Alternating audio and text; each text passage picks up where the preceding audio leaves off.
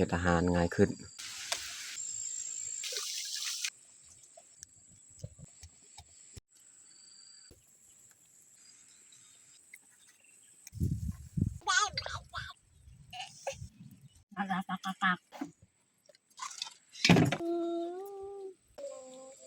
อย่าลืมกดไลค์กดแชร์และกดติดตามเด้อพี่น้อง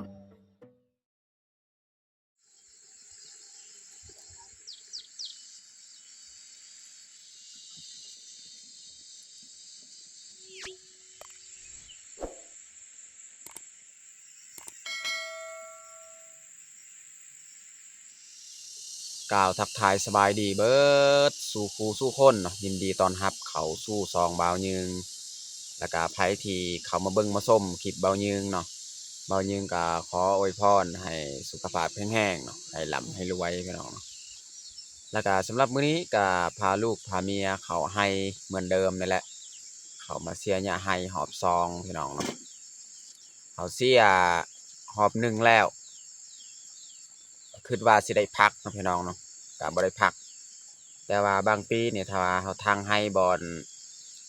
ป่าใหญ่ๆสูงๆนี่เขาได้พักมันบ่หกเนาะ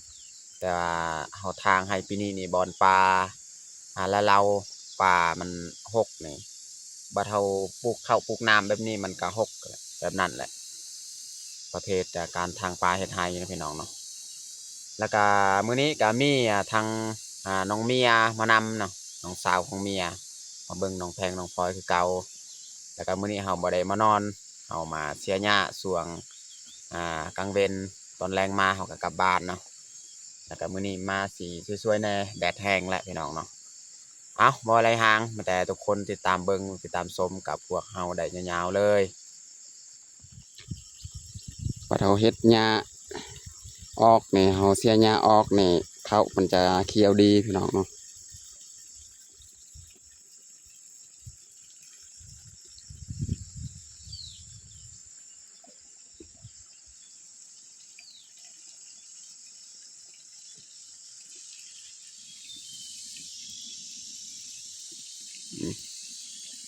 บรรยากาศในไฮพี่น้องเนาะอันนี้ไฮเฮากะเสียหญ้าแล้วรอบที่หนึ่งนี่มันจะเริ่มเขียวแล้วพี่น้องเนาะเราสิมาเสียหญ้ารอบสองนี่มันพูนทางแคมทางนั้นเนาะทางนั้นแล้วเสียทำอิฐนะรอบหนึ่งพอดีเขามาเสียรอบสองนี่ก็แมนแต่หันอีกแต่ทำอิฐหันเนาะหญ้ามันจะหก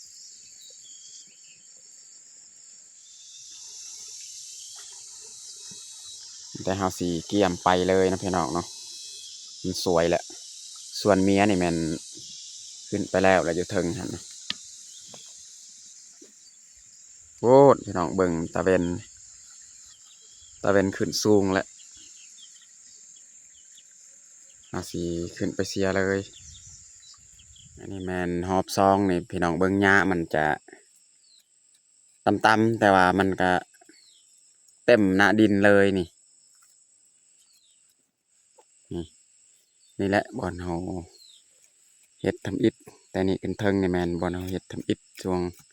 รอบที่หนึ่งเนาะ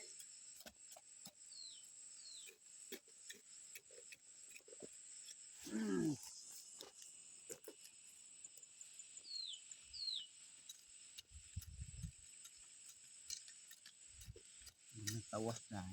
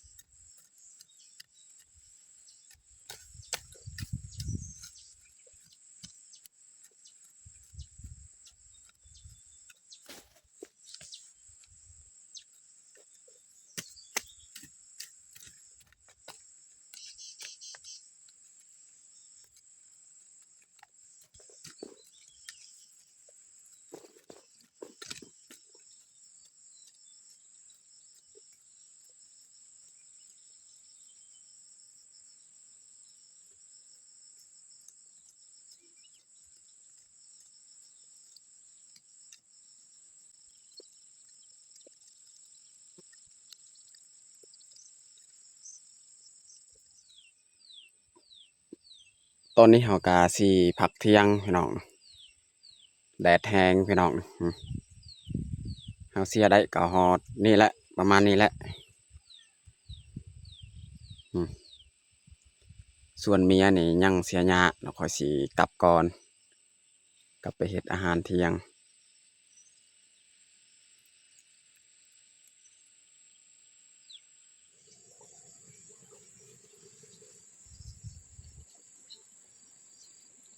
น้องแพงน้องพลอยนอนพี่น้อง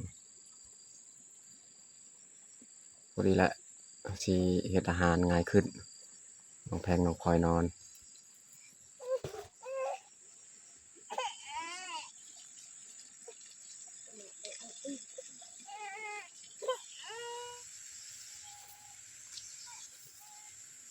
หาเก็บยอดบักอึก่อนพี่น้องเนาะ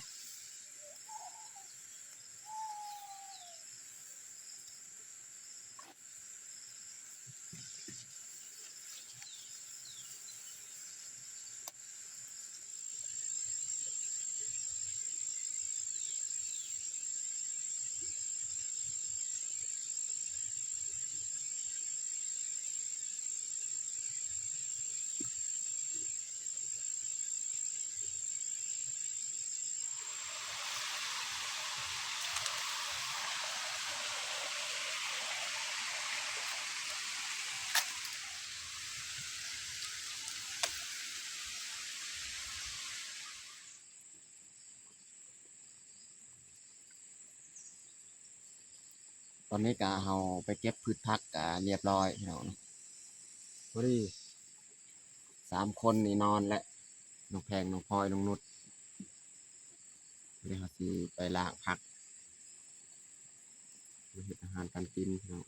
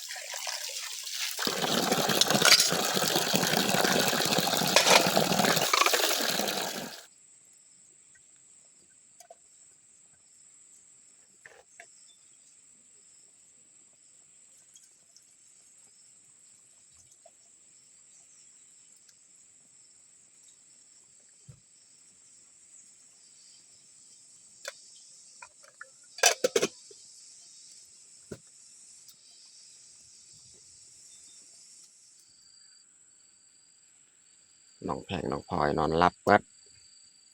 โอ้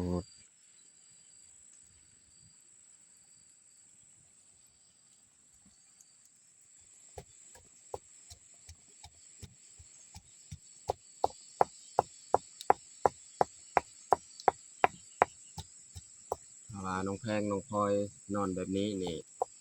เฮาเฮ็ดเวียกก็ค่อนข้างสบายพี่น้อง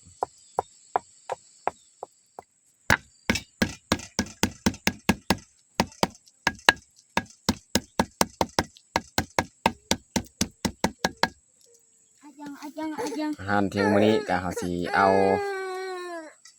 ผักอันนี้แหละมาแกงใส่ปลาดุกพี่น้องเนาะปลาดุกแห้งแล้วก็สิใส่หมักแตงหมักยอดบักอึเนาะ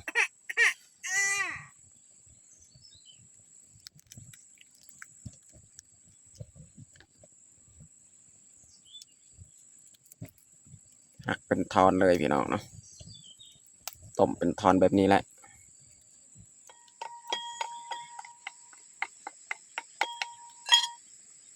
ไม่ได้เราจะใส่เลยน้ำที่เราต้มกะฟดแล้วใส่หัวสิไข่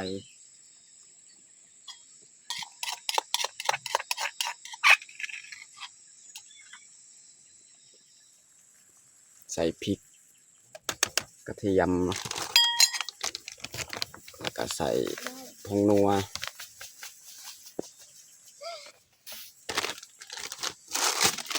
ใส่เกลือ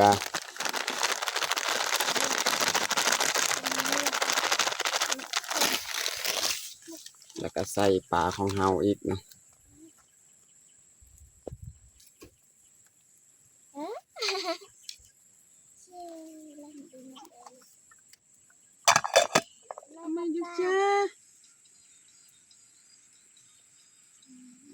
ยัง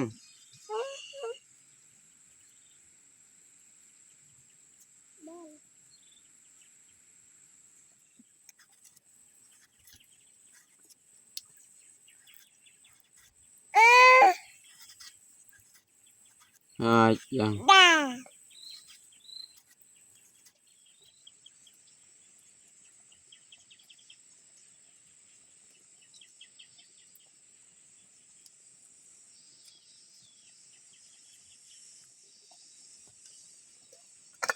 บัดนี้เฮาสิใส่หมักแตงพี่น้องเนาะ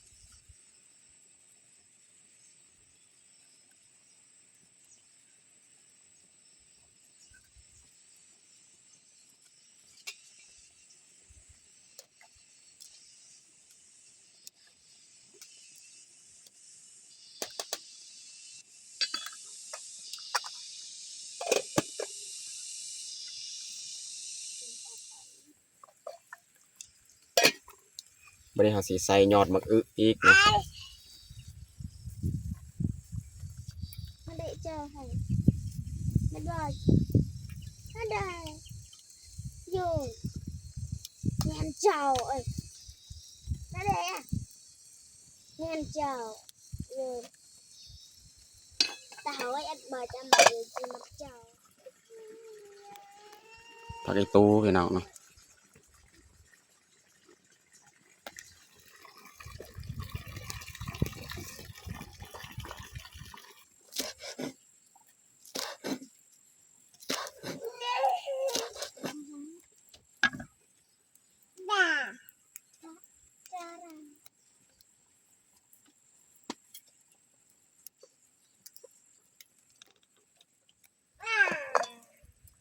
ตอนนี้ก็สุกเรียบร้อยแล้วพี่น้องเนาะแกงของเฮาพี่น้องเนาะแกงปลาดุกใส่ยอดมะอึใส่มะแตงใส่น้ำสีลายๆพี่น้องเนาะสดน้ำจวดจาดเลย สุดท้ายนี่เราจะใส่ผักอีตูพี่น้องเนาะหอมบัว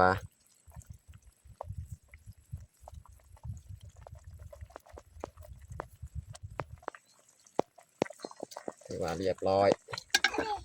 สำหรับแกงของเฮา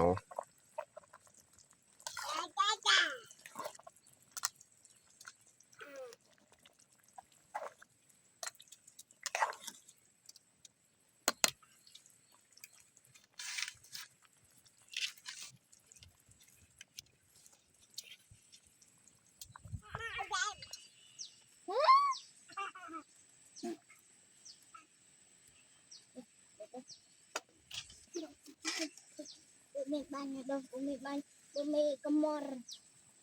Deh, ayah ren. ตักใส่ถ้วยเลยพี่น้อง Con, làm, làm.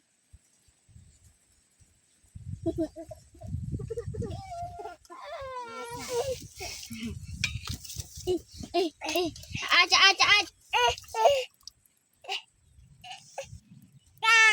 Wow. Darah Maita.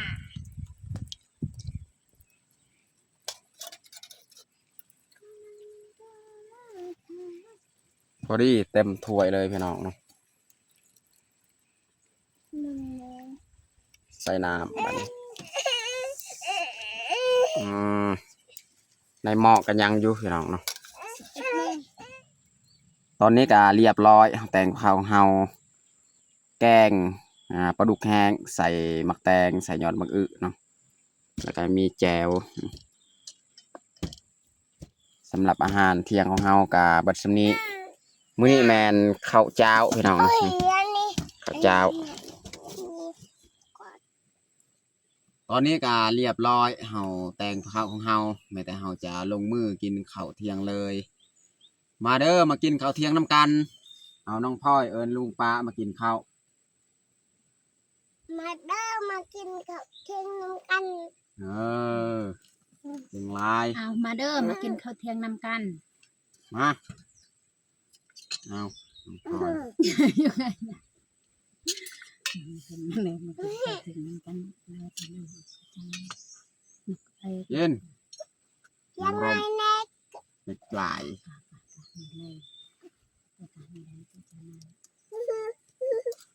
เราบ่ จ้าเปลือกมัน มันกินกับเดียงน้ำกันมันกินกับเดียงน้ำกันชัดจังใช่ปะจ้า จ้าอยากยังมาเด็กตัก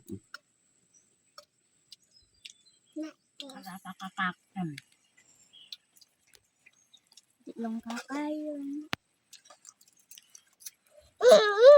นั่งดีๆน้องพลอย อ่า นั่งงาม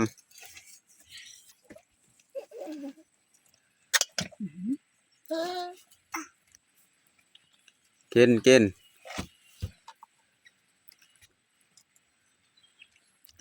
น้องแพงนี่กินนมแล้ว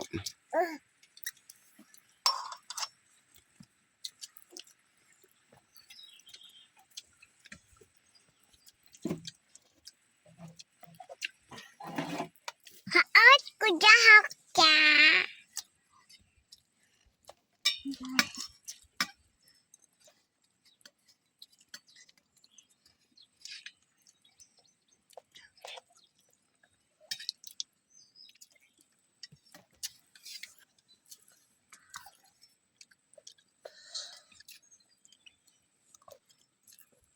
Kau tak, bukan otak, gerak sini dulu. Ini kau, apa kau?